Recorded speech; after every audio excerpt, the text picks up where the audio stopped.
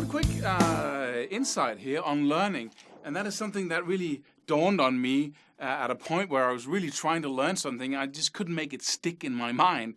And a lot of people have tried that, especially in school, where a lot of the subjects we study in public school, we can't really see the relevance of them, and so we don't learn them. They just go in one ear and out of the other. And so what is the key to that? What is the key to retaining a lot of information in a very short period of time? And it might be scale shapes, it might be theoretical concepts, it might be everything that you really try to remember.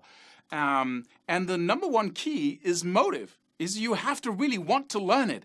And what determines that? Well, usage. Can you use it? What are you trying to, if you're playing with the guys and someone presents a new song to you and you come to the point where you're going to solo over it, but it's a chord progression and you don't know what scales to choose. So you kind of wander along the fretboard trying to find the right notes, and it sounds awful. And so you think it's embarrassing because you think you should be able to find the right scale, right?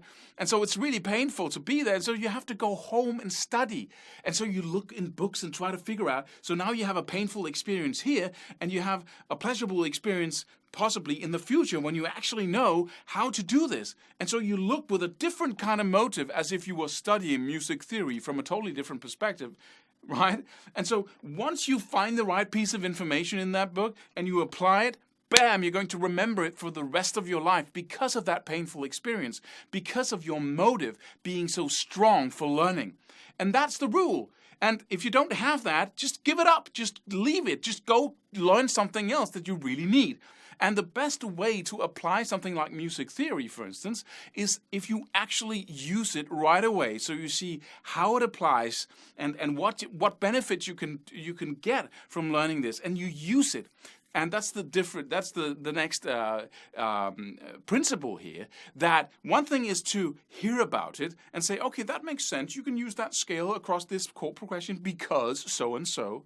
But once you start using it, you feel it in your hands, you see it on the fretboard, you see the scale shapes, you see the chords, so you have a visual memory of it as well, and you hear the thing. You actually hear the combination of scale and chord. You see it, so you have it, you feel it, you see it, everything, right? Every sense is involved here, and so the brain really retains that information amazingly, so you remember it the first time around. And if you learn it again in another song, use the same concepts, it really sticks in there. Whenever you're faced with something that you don't really know why to learn, you just drop it. And don't do like we do in public school, where we really forget. We are exposed to so many things that we don't know why are we learning this. And the teacher can't answer it. Well, if you want to be a physician or a rocket scientist sometime in the future, this mathematical concept might come in handy. And you don't really see the relevance because you don't see yourself in that situation of becoming a rocket scientist. And so you just forget it. So we're used to wasting a massive amount of time. By the time you leave school, you've wasted so much time learning stuff that just went out of the other ear, one inside and then out of the other ear, right? And so you're used to that. So whenever we study guitar, we study theoretical concepts or scale shapes or whatever, we're used to that state of not really knowing where this ends, right? But just step out of that and then learn stuff that you can actually use. And the best way to do it is to actually start playing stuff. If you're practicing soloing and theoretical concepts around scales and chords, then use jam tracks to apply what you learn, because then you get it in through every single sense and you have a motive. You can hear the coolness of the theoretical concepts that you're learning and applying them. So you get the motive as well. So you use both principles. That's the way of rapid learning.